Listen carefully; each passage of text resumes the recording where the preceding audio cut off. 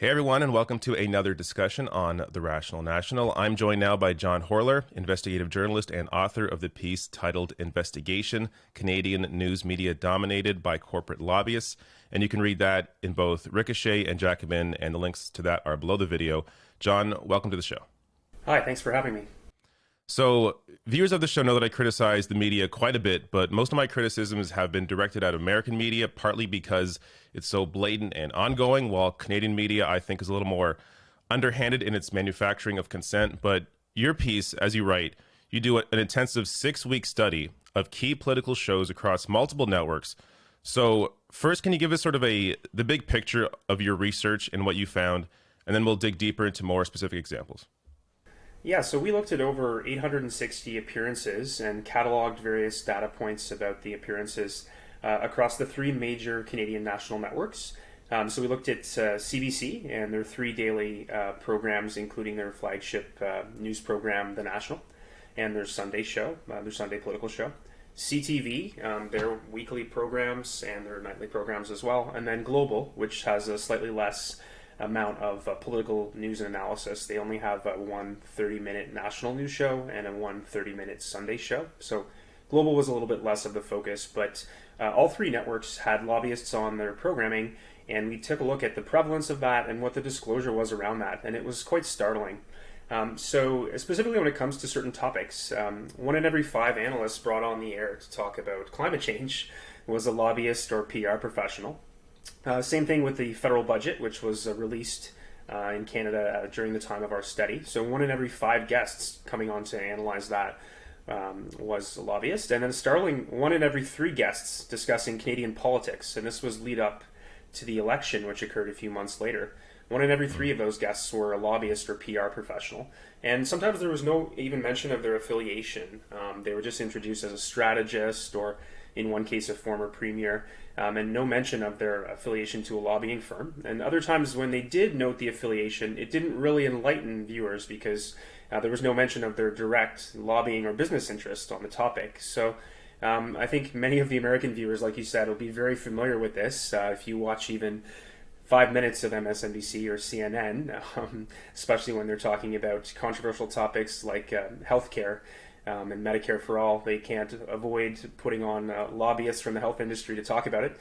But it's actually quite prevalent in Canada as well. And I think this is something that a lot of viewers of television news would be aware of, but maybe not quite sure just how common it is. So we tried to document that. Yeah, and later we'll get to the excuses that they use for why they do this. And this is, as it's part of the problem, is they don't really see a problem with it. I mean, that's ultimately a big issue with how they do this. They don't even think it's an issue, but we'll get to more on that later. First, let's get to more specifics. So CBC, what kind of examples do you have with CBC and the kind of people that they put on that were, in fact, essentially there with a vested interest in a particular sort of perspective? Yeah, so, I mean, despite being a publicly funded national broadcaster, CBC actually had more lobbyists and PR folks than the other networks. And it was actually roughly the same as the number of medical professionals they had on in the midst of the COVID-19 pandemic, which was basically at its peak in Canada at the time of the study in spring and early summer. So CBC was actually one of the worst. They had such a large number, and they didn't really have any better disclosure practices than the other networks. So one example that we highlighted was a lobbyist or a representative from the Canadian Centre for the Purpose of the Corporation. And if you haven't heard of them, I don't blame you, because they're actually, unbeknownst to viewers, a total subsection of the Navigator lobbying and crisis communications firm. But in 5 of the 6 appearances that we tracked over the 6-week period, that Navigator link went unmentioned. So they introduced Brian Gallant, who was a former premier of New Brunswick, a province in the east coast of Canada. And they introduced him as a former premier or as a representative of the Canadian Centre for the Purpose of the Corporation, but never really explained what they do or Navigator's lobbying or business interests. And so that was one example that stood out. Another one was a former senior official in the Alberta Conservative Party, Erica Barudis, and she works for Enterprise, which is another major national lobbying firm. And she was brought on air to talk about COVID-19 on the CBC, and they never mentioned that she directly is registered to lobby at the time for Astellas Pharma Canada and Shoppers Drug Mart, a major drugstore in Canada, and also that she was a lobbyist for Purolator, which is Canada Post's kind of FedEx version distributor and shipper. And they actually were lobbying, including Ms. Baruti's lobbying directly related to COVID-19 vaccine distribution logistics contracts. And that was obviously a frequent topic in the news at the time as the government was scrambling to roll out the distribution of the vaccine. So she was directly commenting on issues that she had a business and lobbying interest, and no disclosure was made on the CBC. And this is something that's been widespread. We actually started this project because of the positive feedback we got for an article that we put out in March of 2021, looking at another series of instances with the CBC doing this.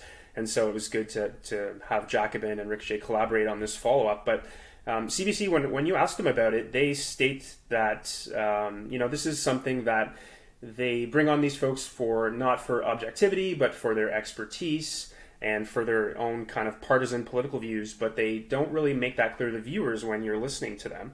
And CBC's own internal ombudsman has said that even if they do disclose the name of the firm, but they don't disclose the business interest, this is, quote, rather pointless.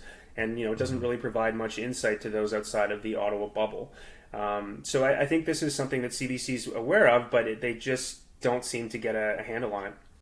It also goes to show how absurd the attacks on CBC about being too far left are. I mean, too far left. They are clearly placing people on air with a vested interest in corporate interests and not disclosing that. And that is a large majority of what they do. And they often don't have a true left-wing perspective on there, a true democratic socialist, a true socialist perspective on CBC. But again, this goes back to how they view how they view society in general. And yeah, of course, like to them, neoliberalism is fine. That's the status quo. That's normal. To have corporations involved in every discussion, that's perfectly fine. But to then be attacked for being too far left while doing that is completely absurd. But now let's get to CTV. So CTV and Global, as you mentioned as well. Give me some examples from those networks. Yeah, and before I do, just to touch on that, I think you make a great point because, certainly last summer there was a big news story in Canada around some journalists, full disclosure, including myself, signing on a letter about how the media needs to provide a more diverse set of views on the Israeli-Palestinian conflict. That's right. And CBC and other networks were quite clear on clamping down that, and even stating that they would have to remove journalists who openly signed the letter or made opinions on that because it would get rid of their impartiality. Meanwhile, they'll have people on who clearly are partial to the topic, who have business interests in the topic, and they don't see that as a conflict, while also interviewing subjects, which is what our March piece looked at. They had a lobbyist for the Alberta government on to talk about pipelines without mentioning that they're paid to lobby for pipelines for the Alberta government. So they have all these kind of conflicts, but the minute there's any even semi-left tinged view, then they clamp down quite hard on that. Meanwhile, the right says that they're some kind of communist Pravda, and it's nothing could be further from the truth. So, but CTV is like you said, it's they had another series of examples, but maybe what I would highlight is around think tanks, because I think this is also an entryway to talk about how think tanks are possibly problematic as well. So one of the examples we talk about in the Jacobin and Ricochet piece is the Canada West Foundation. So they had on Gary Marr, who's the head of the Canada West Foundation, and he was talking about Enbridge, the pipeline distributor firm, and their battles to basically get their pipelines to remain open in the United States, which is quite controversial right now. People in Minnesota will be familiar with this, and people in Michigan will be familiar with the Line 5 pipeline, which Mr. Marr was brought on to talk about. And he made positive comments and said that they should keep the pipeline open in contravention of what the governor and various environmental groups are trying to do in Michigan, which is shut it down. But there was no mention of the fact that Canada West Foundation receives funding directly from Enbridge, and that Mr. Marr himself is the former CEO of the Petroleum Services Association of Canada. God. And aside from Enbridge, his organization receives money from Cenovus Energy, which has its own pipeline battles, Suncor, Husky Energy, Royal Dutch Shell, Imperial Oil, and others. So you'd think that would be something that you'd want to disclose when you bring someone on to talk positively about the very companies that are funding his organization. So Yeah. think tanks are also another major issue, and CTV had examples of that as well. Yeah, and you know, the other side of that discussion, you know, this is what amazes me about this entire thing, because they should be able to disclose that, hey, this person has these vested interests in these corporations and having this pipeline exist, and I'm perfectly fine with them also disclosing the other side. If they want to have an environmentalist on, that their vested interest is the environment, is society, is people. Like, that is how you have, if you want to be truly, have a real discussion about this and be truly transparent, that is how you have a transparent discussion. And if it seems weighted to one side because one person clearly has a more financial interest involved in the discussion, then fine, that's how it is. But that's the reality. You have one side with financial interests, the other side that cares about humanity. That's the discussion that we should be having if we're going to have that discussion at all. I mean, the reality is we should be having a discussion about the science, about, you know, what actually matters. But if they're going to have that discussion, fine, but be transparent about it. And they are never transparent about it. But this also gets us to the NDP, which I mean, may surprise some people, but a former NDP member also worked as a healthcare lobbyist. Is that right? Yeah, so the NDP also is a good entryway in talking about what you just said about the quote-unquote both sides, right? And again, for American viewers, we've seen that where they'll have a Democratic strategist and a Republican strategist, and their views will be almost identical when it comes to, especially foreign policy, which is my particular area of interest. So they'll have the perception of diverse views, but really they're all many flavors of the same meal. So the NDP is a good example of that. So they had Brad Levine was on CBC and other networks, but mainly CBC. And he's from Council Public Affairs, and he was on to talk about COVID and long-term care. There was a serious issue of outbreak and death in long-term care homes in Canada. And he actually lobbies on COVID issues for multiple organizations, as well as for healthcare companies in various provinces. And he's a lobbyist for the Insurance Council of BC, for the BC Real Estate Association, I believe, and the Canadian Home Builders Association of BC, related to COVID issues like sick days and how that's going to impact their business. And obviously, he's a senior executive at Council, where they actually have a lobbying contract for GlaxoSmithKline. And so these are obviously possible interests that should be disclosed when you're talking about COVID on the air. But aside from the disclosure issue, what's maybe more problematic is this very point that many of these news organizations bring on people who represent the Conservative Party, and they'll be a lobbyist, who represent the Liberal Party, and they'll be a lobbyist, and then who represent the NDP, and they'll be a lobbyist. So, it's one thing when it's the conservative oil lobbyist, say, and you're bringing on the conservative opinion. I'd probably guess that many times the business interest and the personal opinion are probably aligned, and the opinion of majority of people in the party are probably aligned. But when it comes to the NDP, if your opinion that you're bringing on air to represent the quote-unquote left, and of course there's a long spirited debate we can have about how left the NDP really is. Yeah. But if that's your ostensible left opinion that you bring on, and they happen to be a corporate lobbyist as well, then are you really representing the spectrum, the wide spectrum of views that exist in Canada? And I think another example of this, not directly related to lobbying, but Levine was brought on to talk about the NDP convention at one point, and there was a resolution regarding wealth taxes and billionaires that got a lot of play in the media. And they had a panel on CBC made up, 3 of the 4 people were lobbyists or government relations folks like Levine, and they all had a laugh about it, and the undertone was basically that it was crazy and not to worry, and the rabble are getting crazy, but the NDP will never let this happen. They kind of laughed about it.